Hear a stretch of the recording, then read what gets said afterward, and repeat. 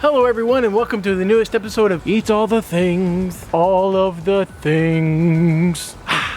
Today I'm actually back in Texas. I haven't been back to the USA in a couple of years, so it's great to be back and be home and everything. And since I haven't been back for a couple of years, my family is having a barbecue party, and barbecue is something that Texas does really well. Texas is one of the most famous places in all the USA for barbecue. So I got my dad right here. My dad is the grill master, and yeah, there he is. He's coming to China actually. If you want him to be in some food videos, let me know in the comments. Anyway, I'm gonna be filming some of this party, and we're gonna try some of this food which I haven't had in a long time. So everyone who's watching, welcome to Texas. I can't wait for you to come here and try all this stuff. Let's get going.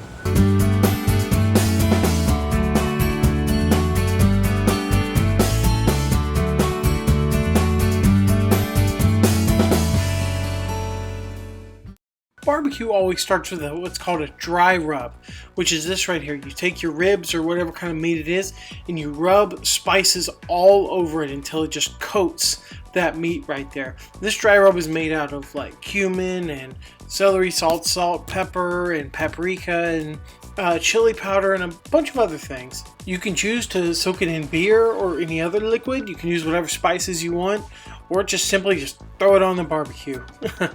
So what do you think makes like good barbecue in Texas? What kind of characteristics do you want in good barbecue in Texas? First off, I want it to taste like smoke. I've been in the smoke all day. I smell like smoke. I want to taste the smoke whenever we're actually doing this. I want the barbecue to have a sort of a crunchy coating on the outside that is sort of a combination of the smoke and the char and the sauce all together. And then the meat, when I get inside, I want the meat to be tender and ready to fall off of the bone. We're putting the sauce on the meat. We're going to baste it on there, and the goal is to make this, give it the sticky, sweet, crunchy outside with all the flavor, and to keep it moist inside. So we're going to take and put some of this sauce. We're just going to brush it on. Come on, camera. Hold on. There we go. Oh my God. Basically got like a paintbrush kind of. Look at that. Hey, my sister came out. Yay! There she is. How would you describe the flavor of barbecue sauce? Barbecue sauce is sort of a tomato-based kind of sauce, and it's sort of sweet and hot and smoky. So this is, many barbecue cooks make their own sauce, and that's where they think their secret is. This is actually a commercial sauce called Stubbs. That's pretty good. You bought this at the supermarket, right? Yes. The barbecue sauce is one of the biggest parts. If you make your own sauce, or if you use sauce you bought in the store, whatever, it's all about the sauce. If you have bad sauce, you have bad barbecue. And now we wait. The thing about barbecue in Texas, and really most parts of the USA, is that it takes time. It's not like China where you just order it and then you wait for a few minutes. It takes hours to really make good barbecue. It's got to sit there in that smoke and get softer and softer. So we prepared all the other dishes while we were waiting for the barbecue to get ready. Salads and mashed potato salad and different kinds of things. And Dad was just out in the back doing his thing, And we had that on the barbecue, I think, from, for a better part of 3 or 4 hours. And man, it turned out really, really well. Looks great. Really famous barbecue places will let their meat smoke for 12 to 15 hours, maybe even 24 hours before they serve it to customers. So 3 or 4 hours, it's still good, but it's not even close to what really great barbecue in Texas looks like. I'll take you to a place called Stanley's that lets it sit for about 13 hours. Great stuff. Oh, I mean, look at that. Doesn't that just look so amazing?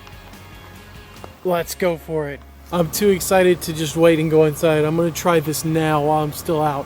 We got the grill shut down. The smoke is kind of blowing that way. The smoke's kind of gone.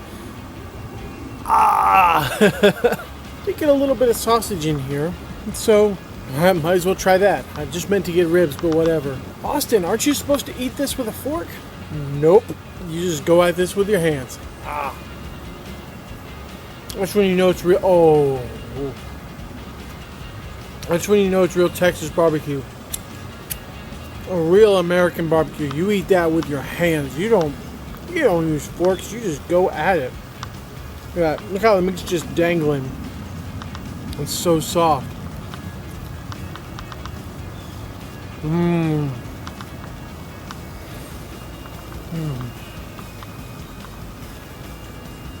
Man.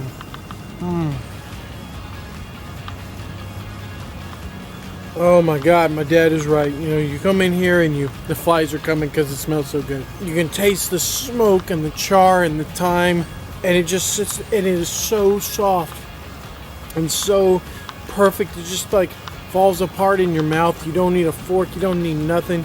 You can just like get it, and it just starts to come off the bone just by pulling on it a little bit. And that's what you really want when you have, you know, Texas smoked ribs or any kind of ribs. It just comes right off the bone there. Oh, that's exactly what you want. When you get a little bit of fat on that meat, and it is messy.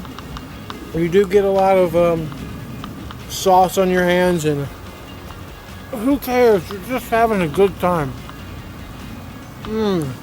This is Texas. Barbecue is Texas, and Texas is barbecue. That soft, tender, smoky, charred, slightly sweet, and moist meat. Oh, it is so good. You can't come to Texas without having barbecue. You can't do it. You can't do it. It's just part of our blood.